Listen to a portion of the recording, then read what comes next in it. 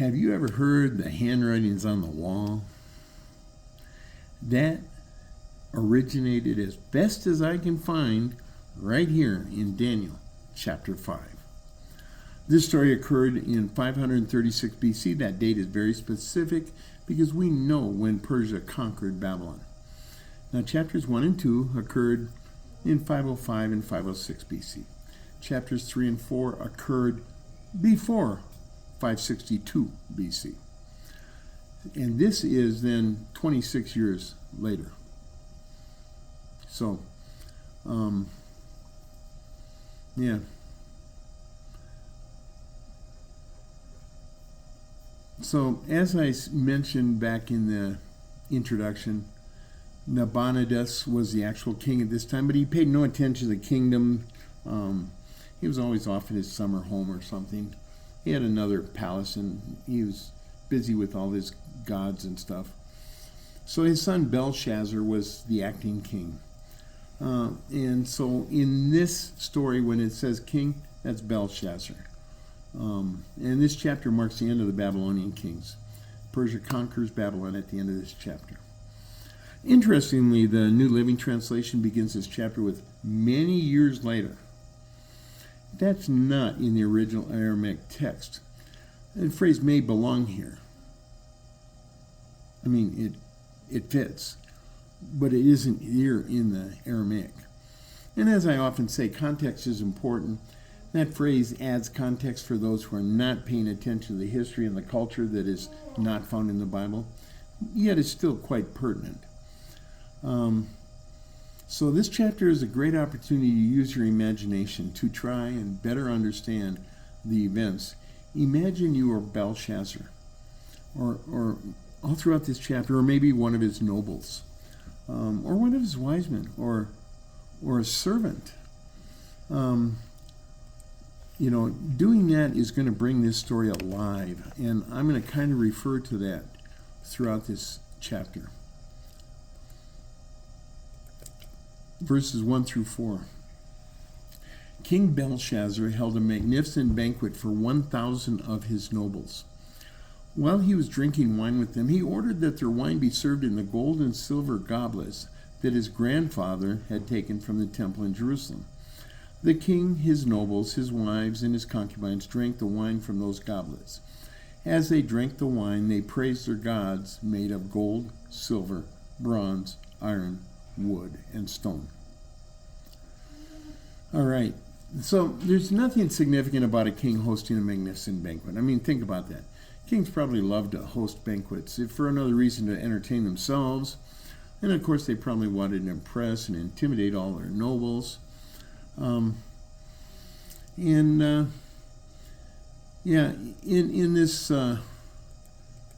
this chapter, Nebuchadnezzar is referred to as Belshazzar's father. In my paraphrase, I put brackets around grand and then father, making it one word, grandfather. A literary device that's commonly used. The grand being implied, because he was not Nebuchadnezzar's son. He was Nebuchadnezzar's grandson. But they had different views on relationships. I'll come back to that in a moment. But, so imagine this banquet.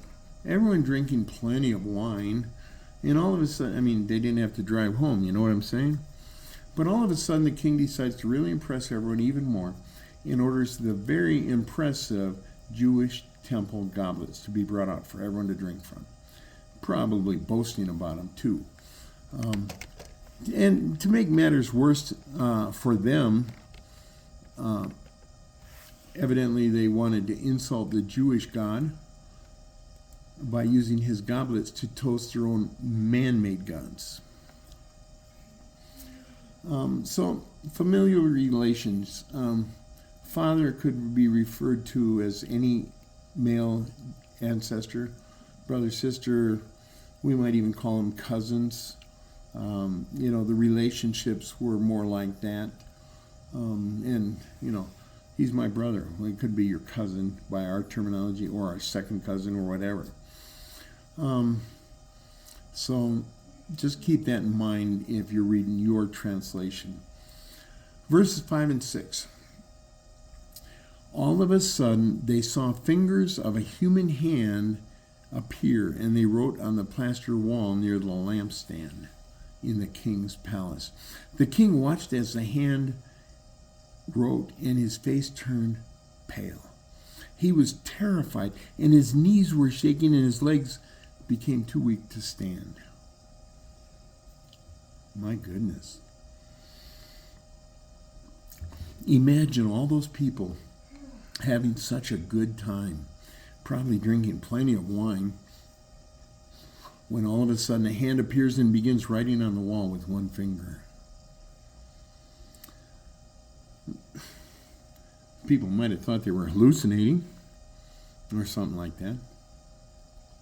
I mean, this hand's appearance might sober somebody up in a hurry. What do you think? At least after they realized they weren't the only ones seeing this. It's like, and as mentioned in previous lessons, kings are never taught to show emotion. But in this case, even the king couldn't maintain a poker face. The Bible says his face turned pale. He was so terrified his knees were shaking and his legs were too weak to stand. Now that's terrified. Are you imagining what this was like for everyone? Imagine you were one of the people there. The king? How about one of his nobles? Imagine you were one of the servants watching all the nobles. Could the servants laugh? Not out loud. But, remember the servants weren't allowed to drink very much, so they'd have certainly been sober. I saw it. Verse 7. The king shouted for all his enchanters, astrologers, and fortune tellers to be brought to him. When they arrived, he told them, anyone who can read this writing and tell me what it means will be dressed in royal purple robes. They will have a gold chain placed around their neck. They will be made the third highest ruler in the kingdom. Okay, keep imagining you were there. It's going to help you understand the Bible better. The Bible tells us the king was shouting for his wise men. Imagine that. Are you one of the wise men come running in? Imagine watching and hearing the king shouting. Do you think the word screaming might be a better description? Oh, and why would he say they would be the third highest ruler in the kingdom? I've already given you the answer to that. Go back to the introduction. And I mentioned it even in the introduction to this lesson. Nabonidus was the actual king, but his son Belshazzar was the acting king, so they were first and second highest rulers. Did you know that? Were you ever taught? Or did they just gloss over third highest ruler? Most do. Verses 8 and 9. All the king's wise men tried, but none could read the writing on the wall or tell the king what it meant. The king became even more frightened and all the blood drained out of his face. All of his nobles were panicking. Keep imagining, people. Keep imagining. The king panicking, nobles frightened, servants smirking. Wise men were huddled in small groups trying to figure out what they were reading and what were they going to tell the king. Can you see all of this happening? Imagine it. In the next paragraph, the queen is going to appear. 10 through 12. When the queen heard what was happening, she went to the banquet hall. She said, long live the king. Don't be terrified and pale. You have a man in your kingdom that has the spirit of the holy gods in him. When your grandfather was king, this man proved to have insight, understanding, wisdom like the gods themselves. Your grandfather made him head of all the magicians, enchanters, astrologers, and fortune tellers. He did that because Daniel, whom he called Belteshazzar, had exceptional abilities interpreting dreams, riddles, and difficult problems. Call for Daniel, and he will tell you what the writing means. Wow. I like this lady. Before we discuss this paragraph, though, consider that the most significant person in this paragraph is overlooked in most of the stories, the queen. Who was she? Do you know? What have you been told? Well, evidently she wasn't at the banquet. Did you wonder why she wasn't there? Who was she? She comes in and teaches Belshazzar a lesson, a history lesson. Women didn't do that. Who is she? How come she knows about Daniel? Okay, let's start there. I mean, can you imagine the queen coming into the banquet hall? She had to have a very strong personality. I mean, one that commanded attention. Because women in their culture stayed out of men's business. So this is super trivia for the most serious Bible students. In the opening of this chapter, we were told the king's wives were at the banquet. Yeah, more than one. Yeah, got it. Considering their culture, queen could refer to the king's wife, but wait a minute.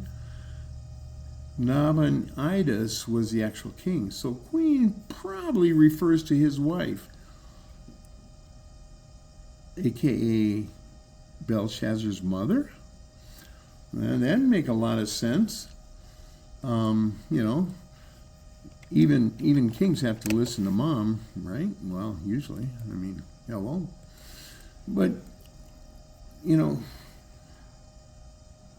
this is one of those pieces of trivia you have to seriously dig in. For most preachers, they'll never go into this kind of detail. But Belshazzar's mother, the wife of Nabonidus, was Nebuchadnezzar's second's daughter, Nitocris. I gave you that in the introduction to this whole series. She would have learned about Daniel from her father's interactions with him in chapters 1, 2, 3, 4. Well, 1, 2, 4. 3 was Shadrach, Meshach, and Abednego. Verses 13 to 16. The king had Daniel brought to him and asked him, "Are you Daniel, one of the exiles my grandfather brought from Judah? I am told you have the spirit of the gods in you and that you are able to use your insight, understanding, and wisdom to interpret dreams, riddles, and difficult problems. None of my wise men could read this writing on the wall or tell me what it means. If you can read this writing and tell me what it means, you will be dressed in royal purple robes. You will have a gold chain put around your neck, and you will be made the third highest ruler in the kingdom." All right. So the king did pay attention to his mother. And how do you think the king spoke to Daniel? Remember, at this time, Daniel had been over 80 years old. Very old for those days.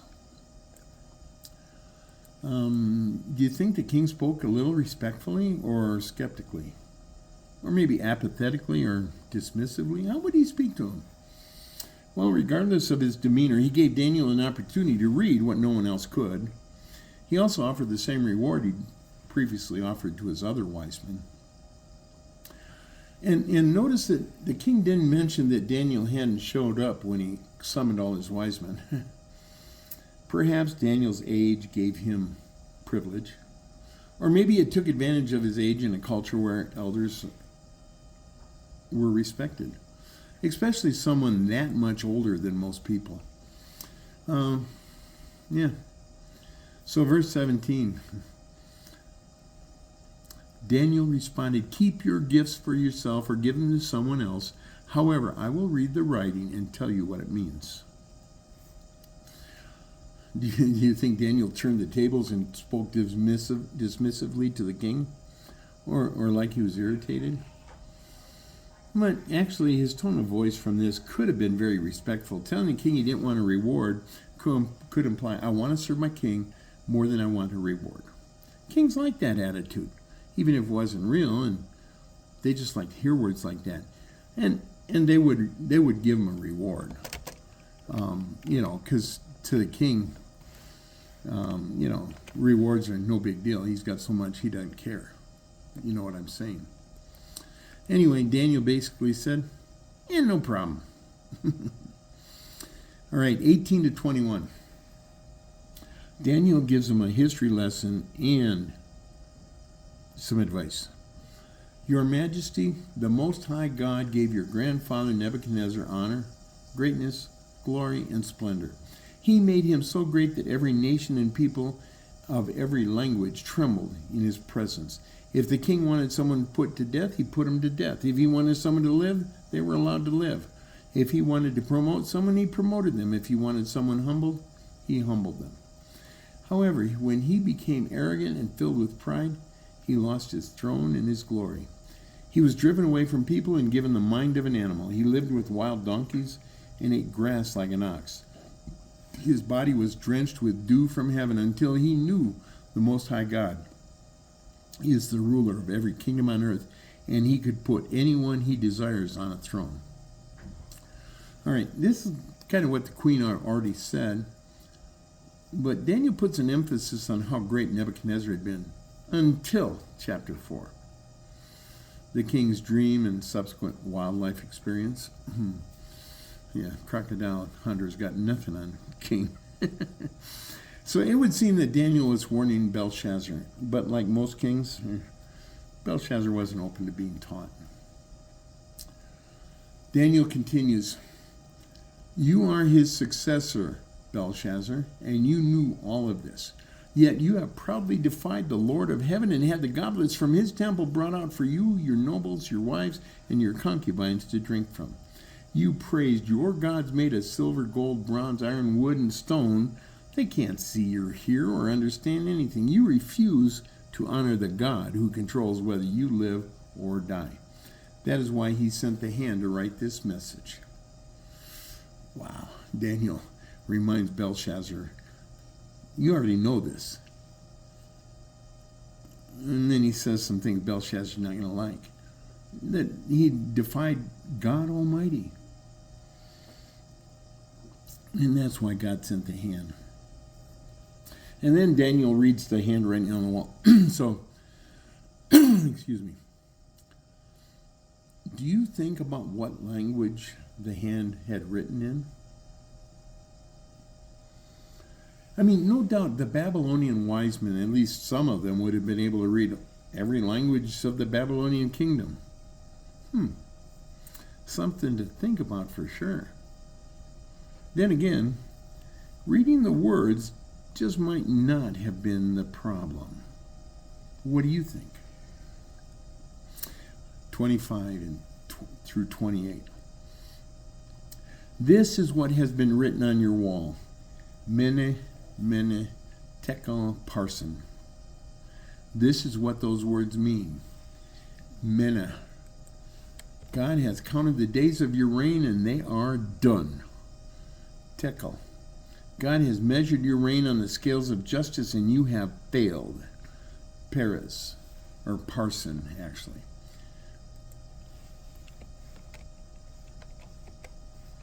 God will divide your kingdom between the Medes and the Persians. Done. Did you wonder how long until the end?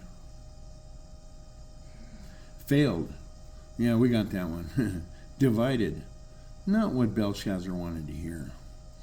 Verse 29. Belshazzar then had Daniel dressed in royal purple robes and put a gold chain around his neck. He proclaimed Daniel as the third highest ruler in the land.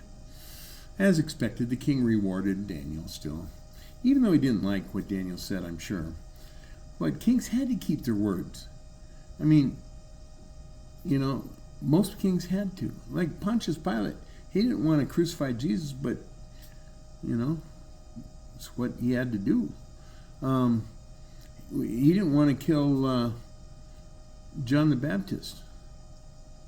The king did. And yet he'd promised his wife's daughter, and anything up to have my kingdom, he had to do it.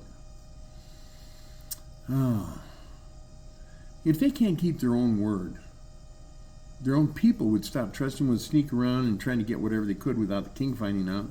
It's human nature. If I can't trust the king, I got to grab what I can. Do you think Belshazzar assumed he could avoid the prophecy because he was king of the mighty Babylonian Empire and he was untouchable? Done. How long until it was done? Verses 30 to 31. That same night, King Belshazzar of the Babylonians was killed. Darius the Mede became the king at 62 years of age. How long? It was already too late. Babylon's time was done.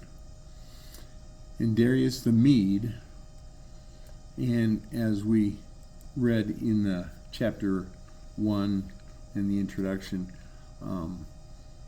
Cyrus the Persian also became king.